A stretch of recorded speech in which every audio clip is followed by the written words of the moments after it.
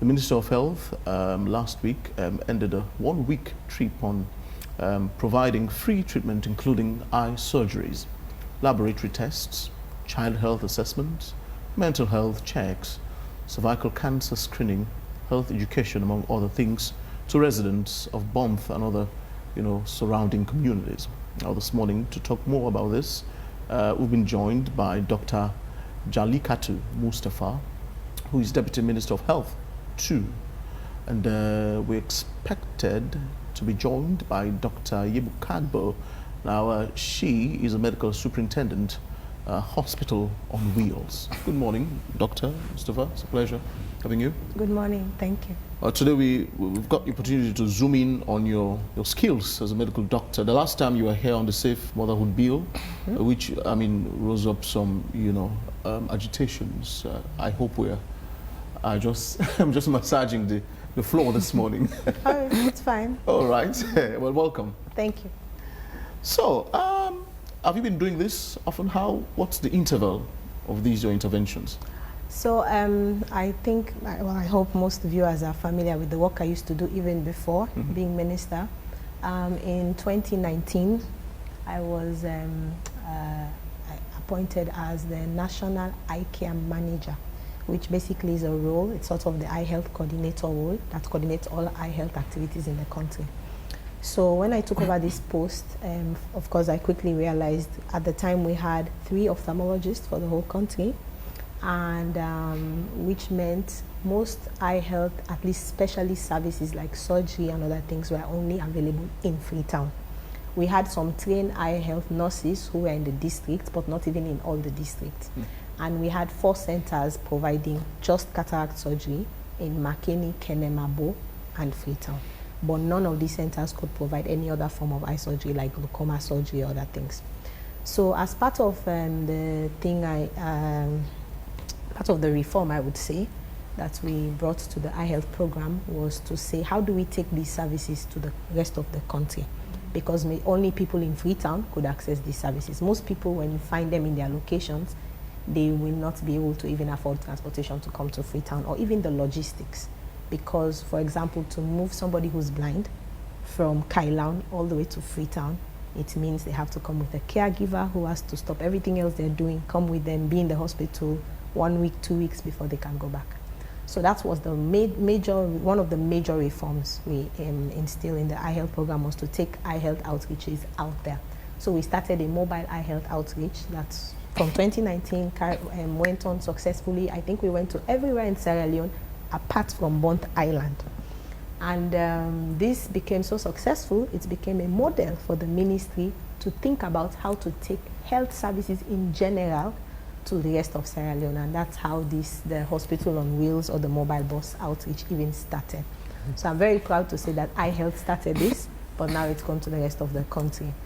When I became Deputy Minister in 2023, I remember one of the first conversations I had with His Excellency the President was to say, do not forget the doctor work, as he said in Creole, and see how you can, what you did in eye health, see how you can take this as well for the rest of the medical program. So last year, I think it's tradition when people are appointed as ministers, they do what is called a homecoming, where they go to their own community or village and do like a party to say, thank you to the people and thank you to President Bill for appointing us. So when I did that, I decided, rather than do a party, let's do a health outreach. So leverage the skills that I had already and do a big comprehensive health outreach to Kailan, which is my hometown, where my dad is from. So we did an eye health outreach specifically with one of the mobile buses as well to different places in Kailan, and we did surgery for 1 week in Kailan Hospital. It was so successful. Even in my dad's village where he's from in Bunubu, we found about 35 people who had been blind for years. Completely blind? Yeah, and they just could not either afford, or because of the road, or because of one thing or the other, to come and seek treatment in Freetown. So, thinking about it, here I am as an eye doctor, and my dad's people, so one was even my grandfather, who had been blind for 7 or 8 years, I can't remember. So, I mean, thinking about it, I thought, okay, this was so successful. How do I make this a normal or regular thing for the rest of the country, especially people living in really hard to reach districts? So that's how we decided what we did in Kailaun. We will try to do it as regularly as possible. And the other thing is also the ministry has also been thinking about how to devolve these health services, especially specialist services, to the rest of the country. That's also a mandate that has been given to us by the president, saying how do you take healthcare to the people in their own communities. So combining these two things, we decided to see how we can make this a regular thing.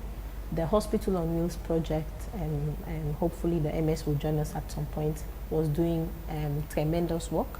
So we just decided to partner, sort of make it a big Ministry of Health program where we partner Hospital on Wheels with the eye health program, but also other essential services like reproductive health program, child health program, cervical cancer screening, you know, to see how we provide these services to people. We chose Bont, even though I started this in Kailaun because it was my hometown, but for the next one we chose Bont because the Hospital on Wheels, the buses had gone to every district in this country apart from Bont. So this was the inaugural trip of the Hospital on Wheels to Bont. And again, for myself in particular, the eye health program, we had never gone to do surgery on the island. So this was the first time these people, especially people in riverine communities, were getting access to these services. Would you mind to give us statistics of your intervention? How many people did you perform surgeries on? Okay, so in total, I think we had, screened over 4,000 patients in total. 4,000? Yes, the entire team. So how it works, especially for the eye health team, because we've been doing this for a while, is like we had this outreach schedule for January, right? From November, we have a team. The regional head is in Bo. She's in charge of the Southern Region Eye Care Project. So she and her team were mobilized. They go into Bont District from December, do screening in every single village, every single chiefdom. They identify patients who need these interventions and facilitate them to come to the outreach when we get there in January. So even in December, this team had screened over 2,000 people already in the different communities, because whenever you go, people will tell you who are the blind people. Everybody knows the blind people in the community. So when they get there, we'll tell them, okay, come January, if you are near Tihun, where we started, on the 7th, go to Tihun. On the 8th, go to Moriba Town. On the 9th, go there. And then we also try to make sure that we organize transportation for some of these patients, because for many people, it's not even the cost of surgery that's a barrier. Because even though the surgery is free, the cost of transportation or logistics, or when they worry about feeding and all these things, act as barriers. So we try to remove all of these costs for them. So again, in total, I think we screened over 4,000 people with the eye health team, the Hospital on Wheels project, the reproductive health team, family planning team, etc.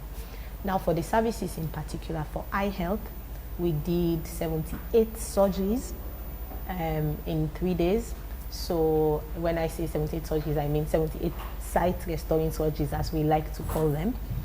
And then, but we screened over 2,000 patients, like I said. For family planning, for example, we had about 400 patients, women, who benefited from family planning commodities. For the Hospital on Wheels, they saw and treated 1,269 patients, to be precise. And then one thing I'm really proud of, again, which I want to make mention of, is the cervical cancer screening.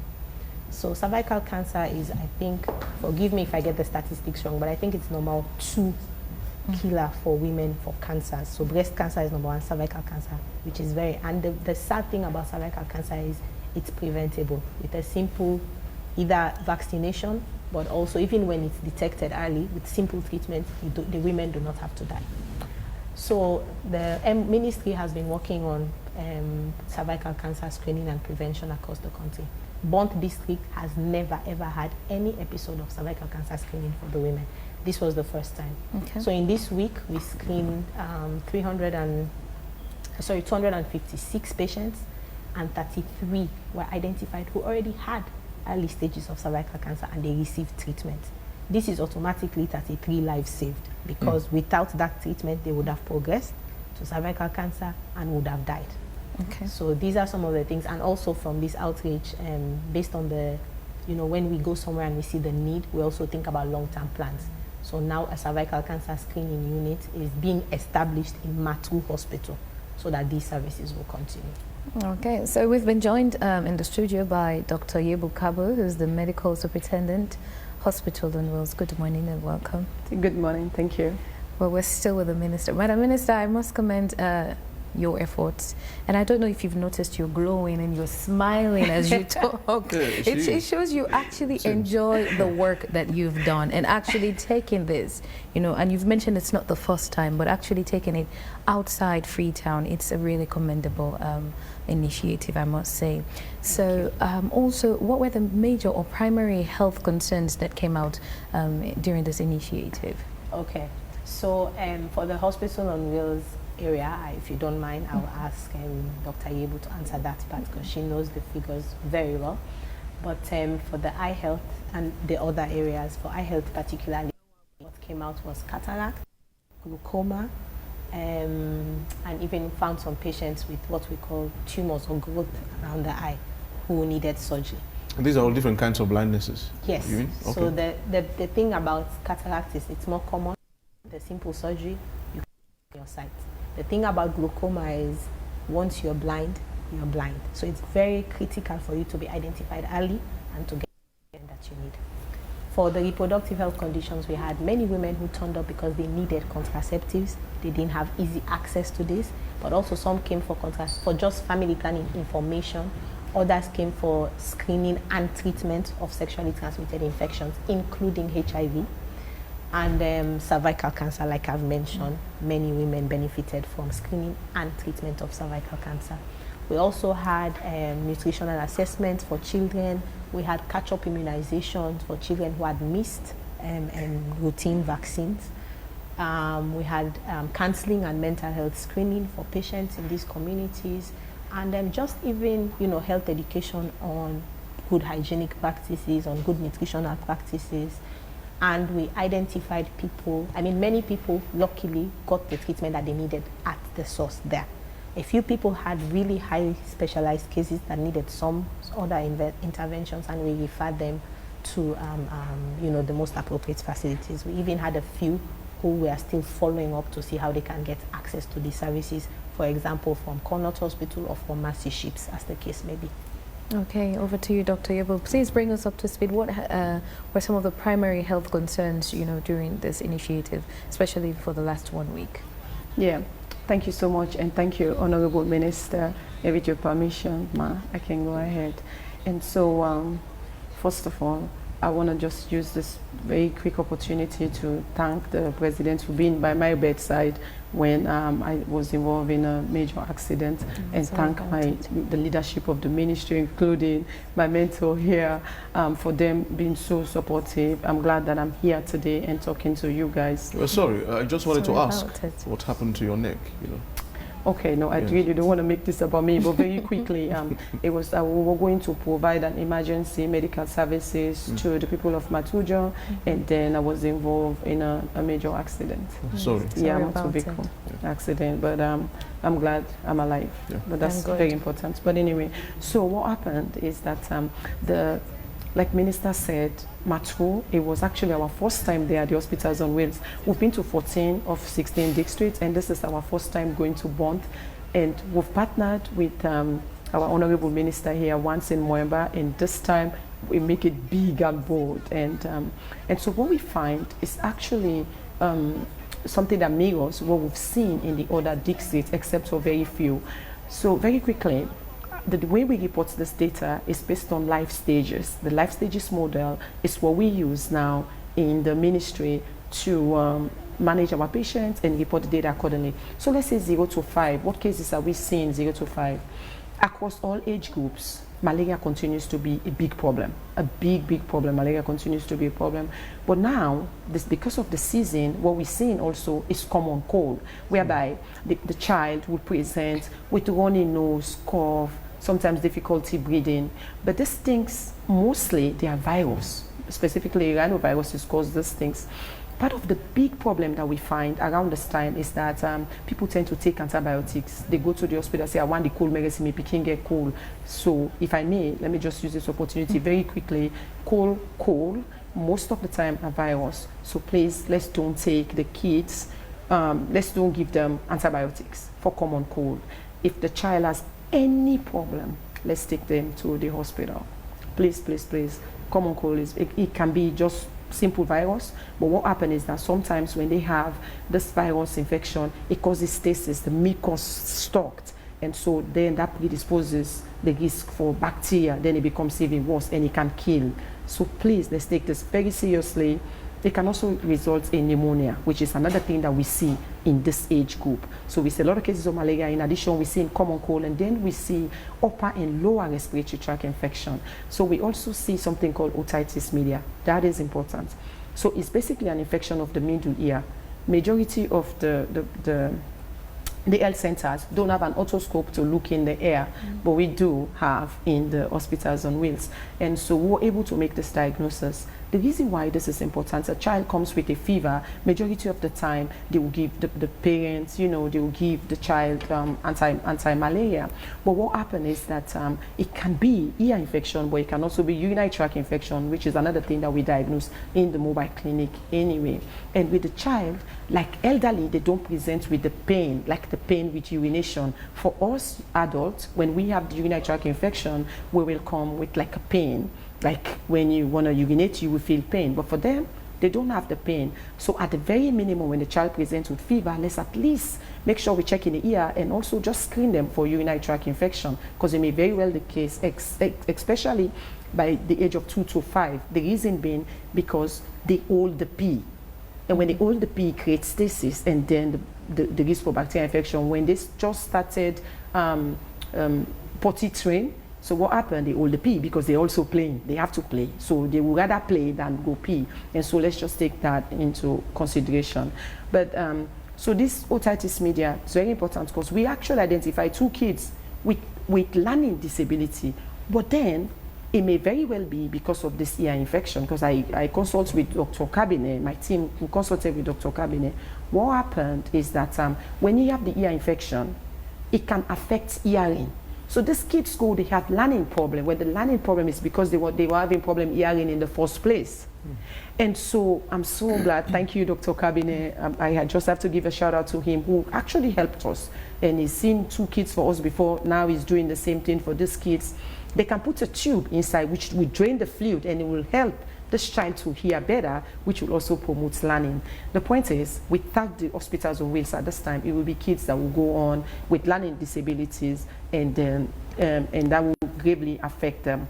And so, yeah. Another thing that we see also that was unique to Machu was the malnutrition. Our honorable minister mentioned that, because again, we do have nutritionists as part of our team, and they do this assessment. I mean, we see about 150, and at least 120 so for malnourished kids, especially at Moriba town. And so, but now we've discussed these findings with the director of nutrition, and like Minister said, usually that's the blessing to have things like this, to have this kind of outreach service, because you will immediately have like interventions in place that will address this. Director of nutrition has activated a response whereby they have nutritionists screening more and more kids, and those kids that we've screened and identified, they've received treatment accordingly. And now for young adults, so because this is how we report the cases, so let's say now above that, and then say after above 5 and to 19 years of age. Malaria, like I said, continues to be a problem, but here also is where we see sexually transmitted disease and drug use disorder. So drug use disorder, I want to say a quick thing about that, because we have a major problem now with Kush in Sierra Leone. And so what happens is that it becomes a disorder when you feel the need to take it despite any complication. In fact, you wake up in the morning, you have to take it before you actually feel good. The specific drug, you have to take it. But more importantly, you can do activities, things, even stealing, even attempt to kill someone, and just for you to get this drug. So you do things that will affect the law, that will go against the law, and just for you to get this drug. And also it goes up at least 6 months. So when this happens, these are all clues but we see this. So what we do really with these kids, we give health education immediately, talk to the parents, and most of the time it's peer pressure, right? So, and then we consult Dr. Jallo. Thank you, Dr. Jallo, who helped us immensely. When we identify these cases, Dr. Jallo, the consultant, works with us and adjusts them accordingly. So, but then, now, with young adults, females, we see a lot of STIs, right, sexually transmitted infection. But the good thing is that, because in the past, we've had issues whereby the females, when they come with issues like this, they are ashamed to talk about it. They don't have the confidence to talk about them. But this is very different when we went, like they talk about these things and they feel okay because we make them realize that everything that they tell us is highly confidential.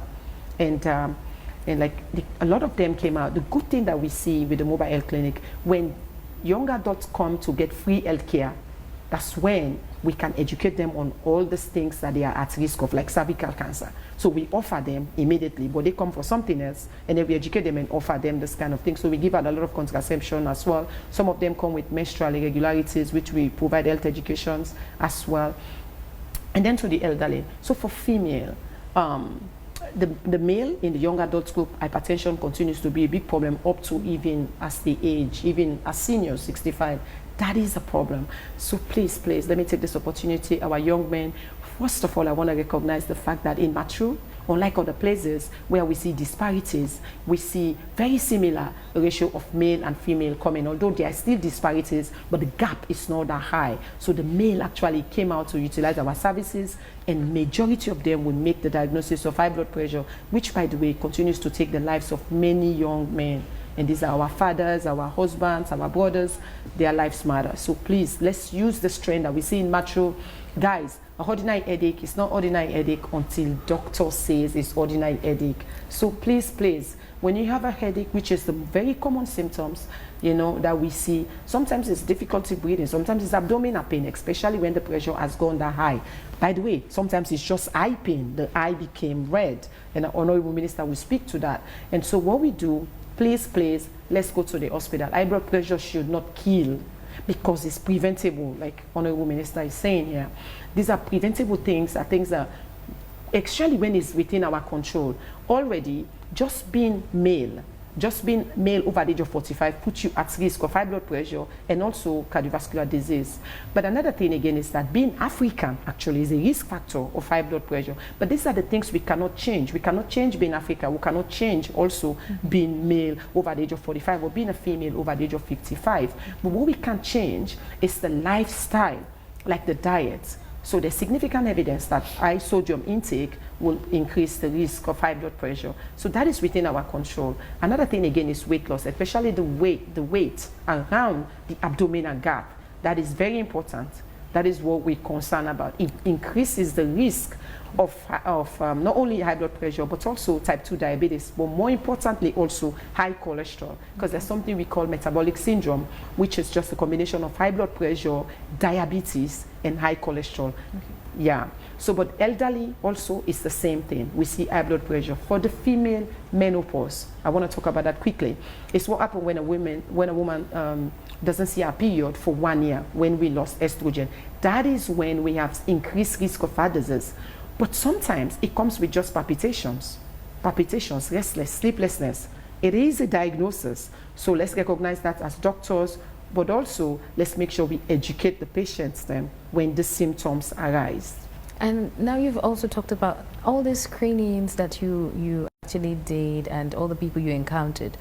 Were you able to give a cure to each and every one of them? And quickly take us through what were some of the challenges as well with Hospital on the Wheels as you went on this 1 week trip. Yeah, thank you so much. So that's the thing. Let me use this opportunity to thank the president, HE, and then also his government in general and the leadership of MOH. They've actually made the mobile clinic a baby. Like it is like a game changer in our healthcare system, whereby free healthcare is provided to the underserved and vulnerable communities. So not only do we do screening with all this testing, by the way, I should also add, we do kidney function tests, liver function tests, and all of this is free. And then we provide medication. So we work with consultants a lot. Dr. Russell, thank you so much. So we can diagnose when heart attack in the mobile clinic because we also do ECG. And at that time, we consulted Dr. Russell. We've had few cases of heart failure that we diagnosed in the mobile clinic. We work with the consultant. We do give treatment, even the heart failure treatment, like furosemide, spironolactone, all of that we have in the mobile health clinic. Even when male has certain problems like erectile dysfunction, all of this we treat in the mobile health clinic. So we do give free treatments for majority, if not all the conditions that we're able to diagnose in consultation with our consultants. Let me just say this, like an incident that happened when we were in Kukuna, Gambia, when we met this pregnant women having eclampsia. Magnesium sulfate, very expensive, is rare, but we were able to get it at the mobile clinic. We give that, we administer that in consultation with Dr. Amadou, the consultant, Dr. Amadou Sise, and then we were able to save that life.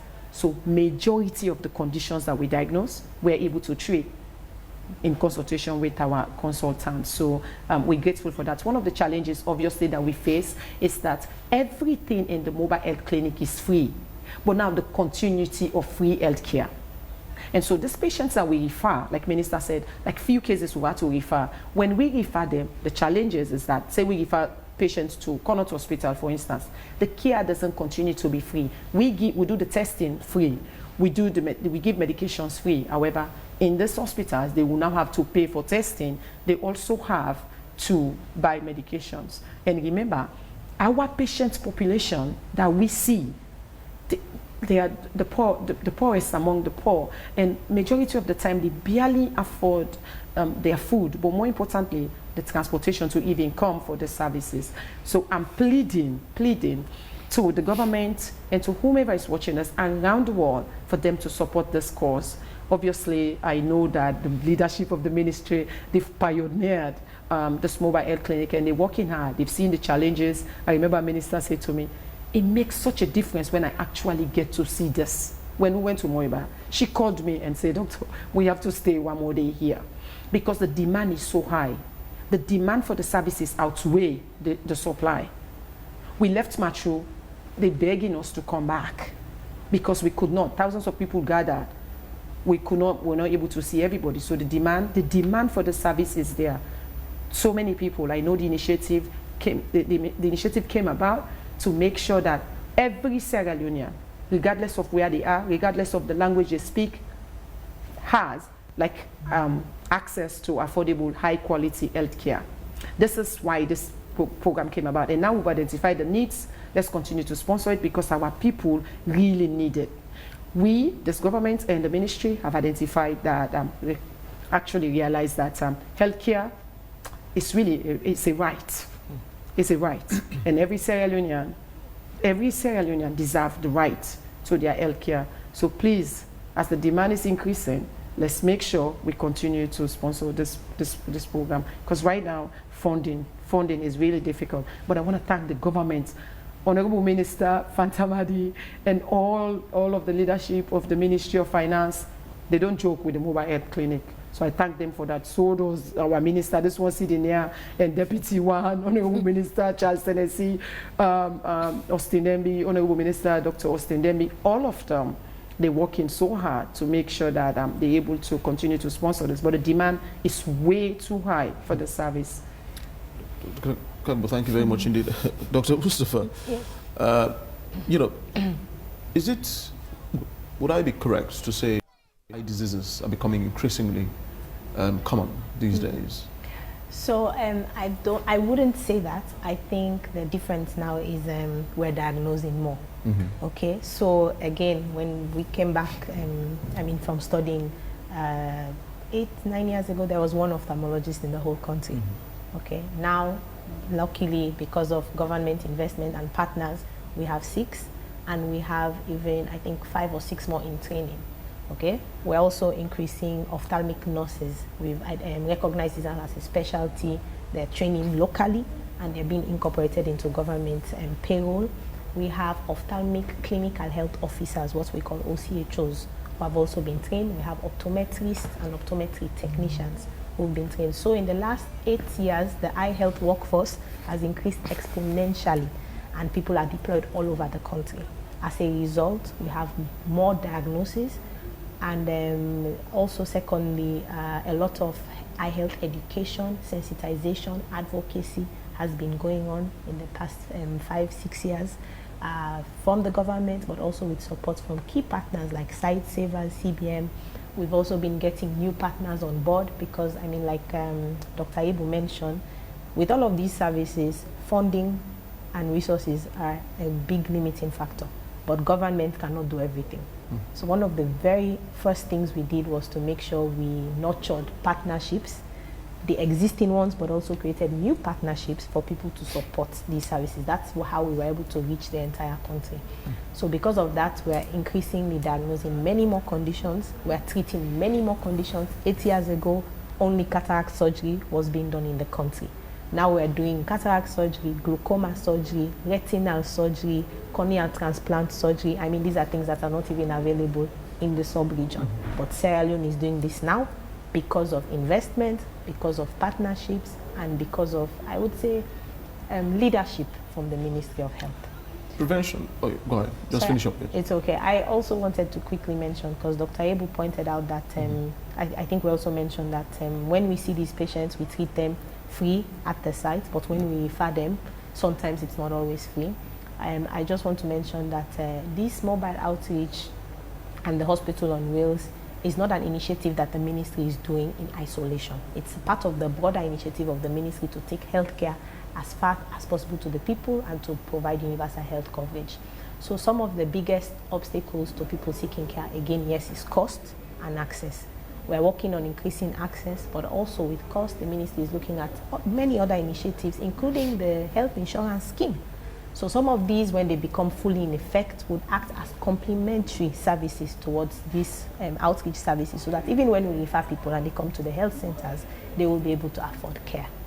There are those in society whose eyesight are becoming increasingly blurry, and would necessarily need to use goggles or glasses, you understand? I don't know how they are called in medical terms, but these things, their cases are increasing daily, Is it because of the exposure to, technology, screens these days, bright lights and all these things? And how can someone, reduce the effects of the eyesight?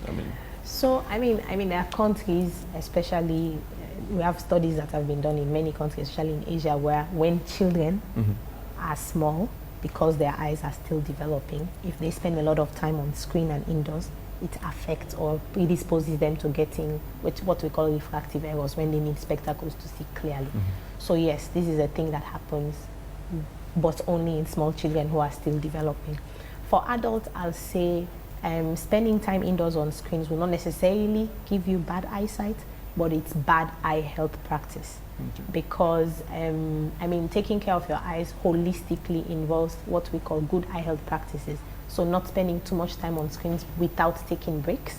So you can, if it's your job, for example, but we advise every 30 minutes to 1 hour, take a 5 or 10 minutes break, okay? To give your eye muscles a break, which will stop the eye strain.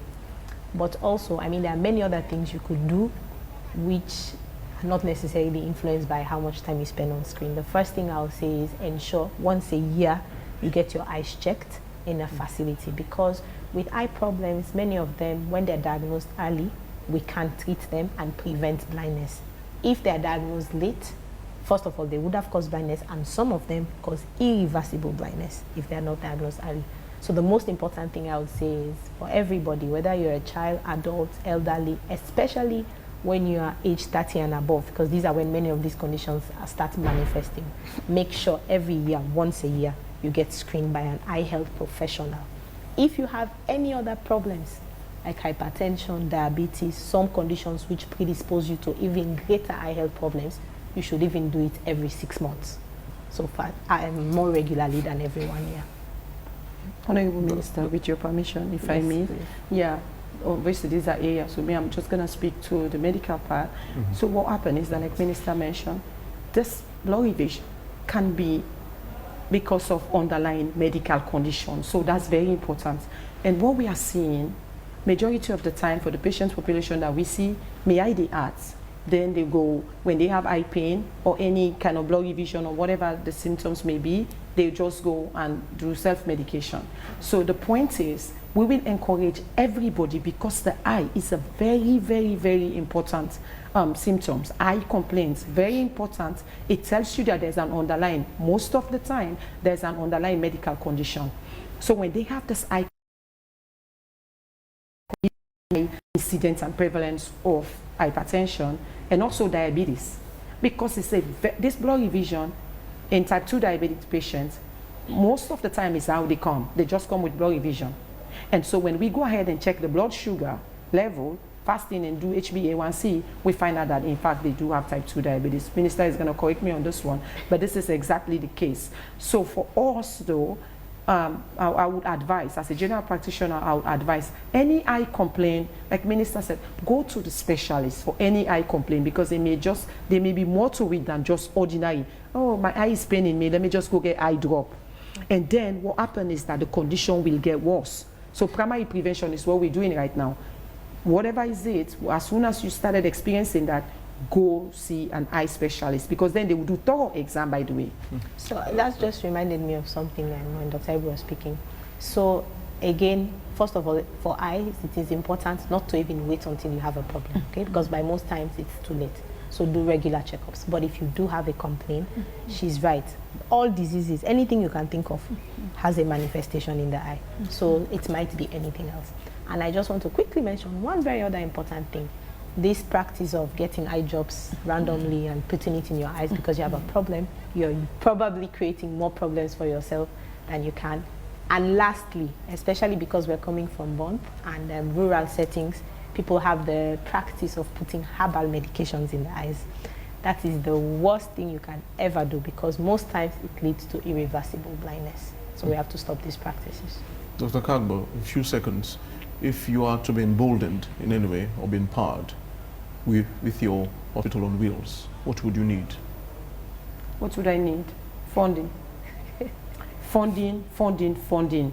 And again, I thank the president and his government, and also the leadership of MOH who pioneered this, but we need funding. More importantly, we also need human resources. And I want to use this opportunity to call on volunteers all over the world, Sierra Leoneans, wherever you are, whether you're a doctor, you are a nurse, you are a nutritionist, whatever your profession, please come. Our people really need us, really, really need us. Please come and volunteer. So me think I'm crazy. I left 25 years ago to Canada. Now I'm here helping. Please, our people need us. Come volunteer and save the lives of our people. With the human resources, they just those in the medical field. Yeah, anyone, exactly, exactly. So if in case you want to volunteer, we'll call you guys. Please come volunteer. Our people need us. All right. All right. Well, thank you very much indeed. Dr. Ibu Kagbo, she's a medical superintendent, Hospital on Wheels. And before her, you've been hearing as well from Dr. Jalikatu Mustafa, who is the Deputy Minister of Health, too. Victor. Do you mind, I think it will be a disservice to leave here without mentioning our sponsors. Okay. The government of Sierra Leone did most of it, but also Sight Savers and Maristop Sierra Leone. They stepped in big time and helped make this a success. And also special kudos to the Bond District Health Medical Team, because they did all of the groundwork that made this successful. Yeah. Right. That's it. To my team also, please, thank you so much. The entire mobile clinic team. I was sick, I wasn't able to go. I see them off, although I was consulting with them, but they made it happen. Thank you. You are the best. I love you. Beautiful.